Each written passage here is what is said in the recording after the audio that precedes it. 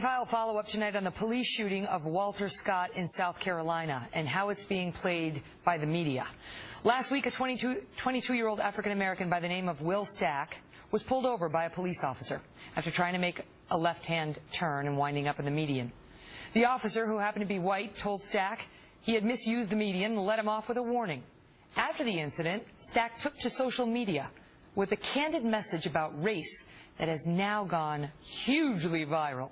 Watch.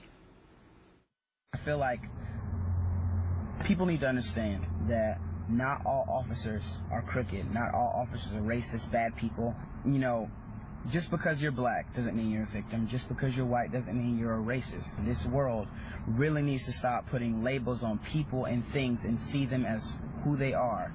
People doing jobs, doing things. Ignorance has no color. God doesn't see color. Why should we? Wow.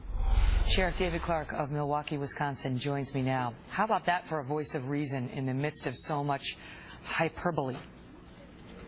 Powerful. Good for that gentleman.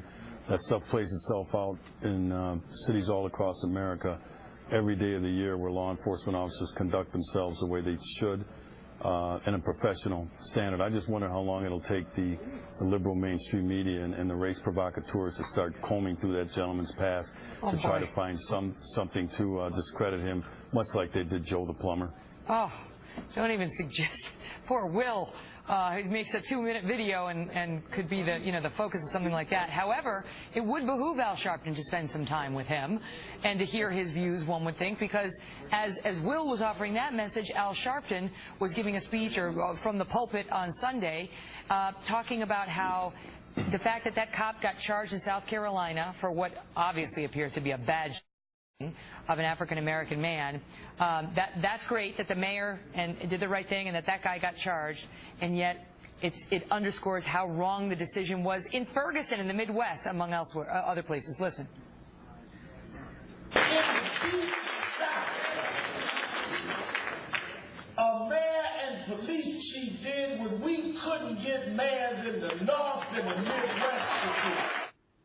In the Deep South, a mayor and police chief did what we couldn't get mayors and police chiefs in the Midwest and the North to do. Well, you know, every time Al Sharpton opens his mouth, he takes his ignorance to new heights.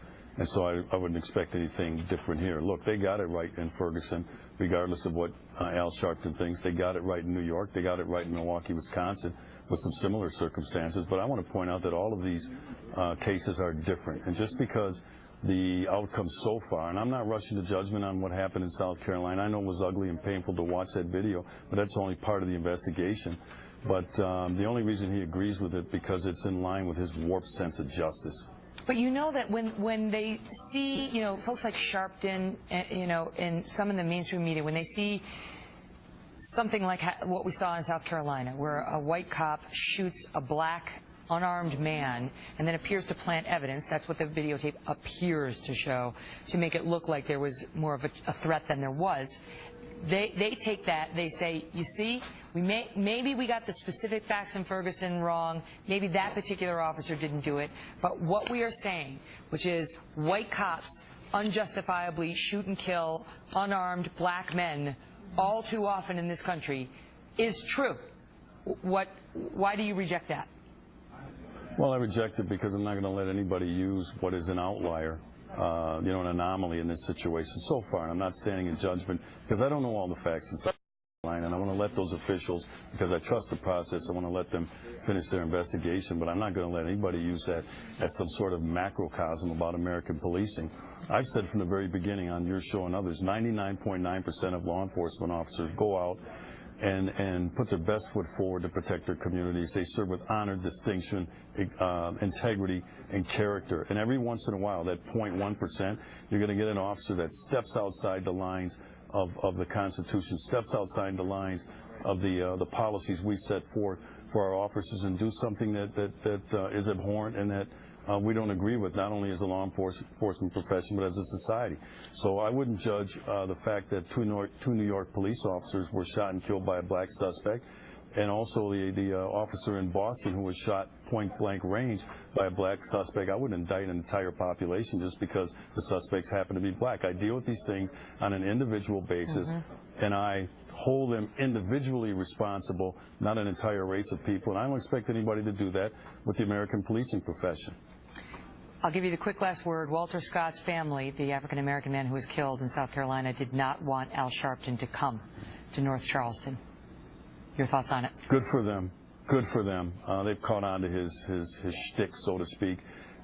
Nothing good happens when Al Sharpton shows up on the scene. I'm glad that they recognized that and told him to stay away.